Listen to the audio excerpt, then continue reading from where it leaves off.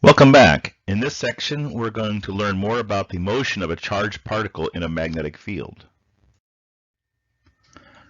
I usually start off this section by demonstrating my E over M apparatus. That's a device that has two large coils that produce a magnetic field, and then there is a beam of electrons that is inside of a glass bulb located within the magnetic field, and the beam of electrons gets deflected by the magnetic force that we learned about last time.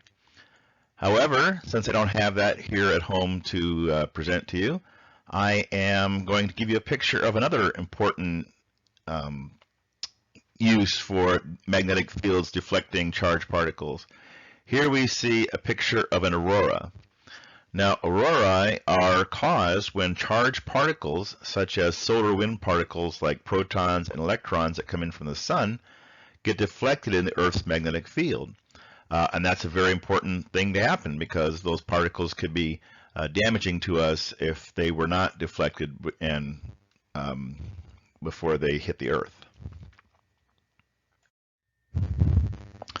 As we saw last time, a charged particle moving perpendicular to a magnetic field will experience a force that is perpendicular to both the motion of the charged particle and the magnetic field. Now this means that the force does no work on the charge. Keep in mind here we're looking at the charge in the very simplest sense. It's what we would call a classical charge. That means it only has an electric charge. It doesn't have any magnetic properties of its own. I say that because real particles like protons and electrons do have a magnetic properties of their own, and we will talk later about the consequences of that as far as work is concerned. But in the simplest sense then, because the force is being applied perpendicular to the motion of the charge does not speed up or slow down, it only changes direction.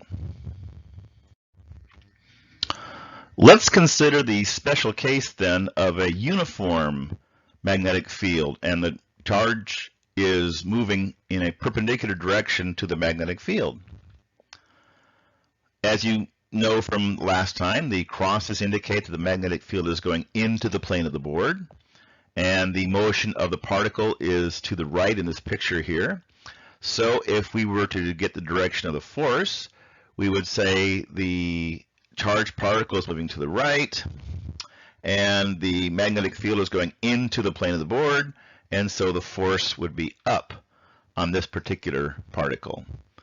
And as the particle then is deflected in its path, the motion is constantly perpendicular to the velocity, and which means it's going to go in a circle. The particle is going to move in a circle. This is what happens when you have a charged particle moving in a uniform magnetic field. Now, using that force law we learned before and our knowledge of things that are moving in circles at a constant velocity, we can come up with a formula for the motion of a charged particle in a perpendicular uniform magnetic field. This is our acceleration of a particle moving in a circle. It is accelerating towards the center with an amount equal to v squared over r. And as we saw last time, the force is qv cross b, so the magnitude, since everything is perpendicular to everything else, it's going to be qvb. Therefore, from Newton's second law, since we have F equals ma, we can say that qvb is equal to mv squared over r. Which means that if we eliminate one of the v's and solve for the radius, we can get that the radius of the circle that the particle will follow is equal to its mass times its speed divided by its charge divided by the magnetic field strength. I have a suggested simulation lab that you can do if you want to experiment with that formula a little bit. Here are some practice problems if you just want to get used to doing the calculations. Let's say you had a proton with the mass given here, and it is moving in a circle of radius 21 centimeters, perpendicular to a magnetic field of 4,000 Gauss. And you are to find the speed of the proton and the period of its motion. I'll go ahead and give you a second to pause the video if you want to work on this, and then start it back up again once you're done. The answer is that the speed is 8.05 times 10 to the 6 meters per second, and the period is 1.64 times 10 to the minus 7 seconds. Keep in mind that to do that problem, you had to convert from Gauss to Tesla, and you had to convert from centimeters to meters. So if your answer was incorrect, that may be why. I'm using this particular example because this is how protons are manipulated in large particle colliders like the Large Hadron Collider in CERN. Let's consider the general path of a particle in a uniform field. Now, what we can do is we can break up the velocity that the particle has into its perpendicular components. We'll have a component that is perpendicular to the magnetic field and a part that is parallel to it. The part that is perpendicular is going to result in the particle undergoing a circular motion. But the part that is parallel to the B field would experience no electric or magnetic force. And so therefore, when you combine those two motions together, that is to say a constant straight line motion combined with a circular motion, you get a kind of spiraling motion. And that is indeed the most general motion of a charged particle in a uniform magnetic field. Here's a diagram and a picture of that kind of motion. Now, as we have said, the magnetic force does no work on the simple charges here.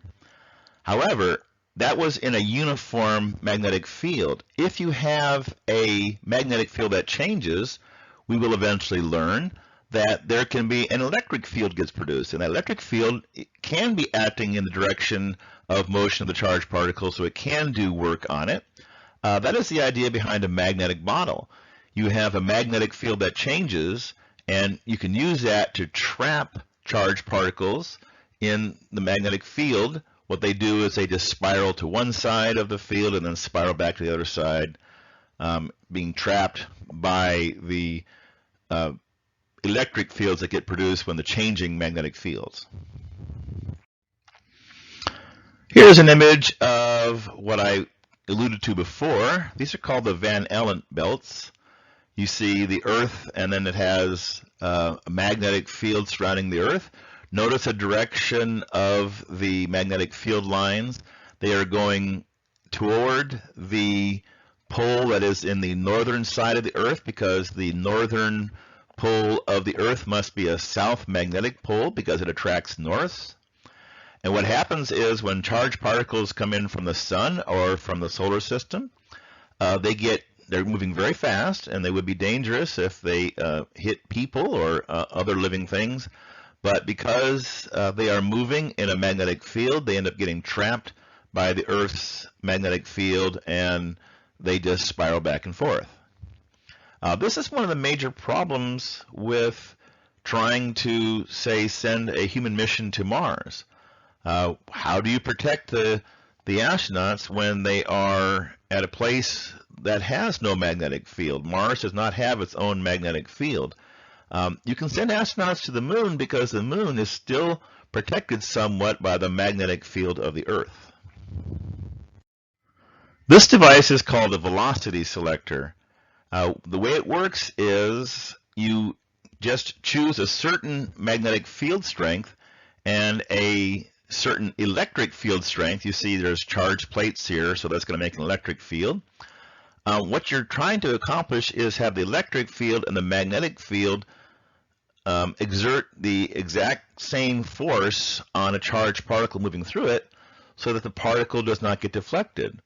And as we will see, the velocity that you have to have in order for that to be accomplished is just one particular velocity that will work. So what this device does is it doesn't deflect one velocity of particle, and it does deflect others, so you can use it as a velocity selector.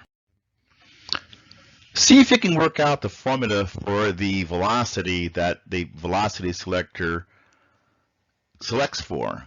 Remember, you have a charged particle going in the region where there is both a magnetic field going into the plane of the page and an electric field going down.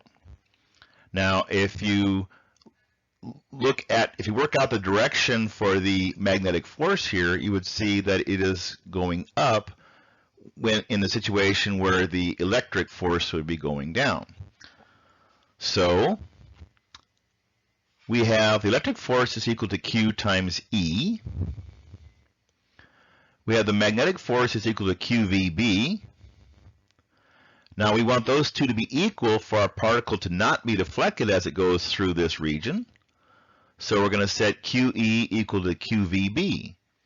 You can see that the charge doesn't actually matter, because if the charge is on both sides of the equation, then how much charge the particles have doesn't matter. They just have to be charged. And then he's solving for the velocity that gets selected for. You find out that it's equal to E over B. One use of a velocity selector is in a device called a mass spectrometer. Now, a mass spectrometer is the kind of thing you see pictured on crime investigation shows, where they'll try to figure out what some unknown substance is that they found at a crime scene. What they'll do is they'll take the unknown substance and turn it into individual particles, and they'll give those particles some kinetic energy. If they're not charged already, they'll put a charge on them. They'll by ionizing them so that they have some charge, and then those moving particles now will be fired through a set of slits. The purpose of the slits is to make the particles moving in just one direction. And then they'll put them through a velocity selector region. The velocity selector is to make sure that all the particles that don't get deflected are all going with the same velocity when they come out of it, so they can know that the particles have a certain velocity when they come out of the velocity selector region. And then they'll put them in another magnetic field, and this magnetic field will cause the particles to get deflected into circles. Now, as you saw before, there is a relationship that gives the radius of the particles and how it relates to the velocity of the particles and the mass of the particles. So the ones that have more mass will be deflected less.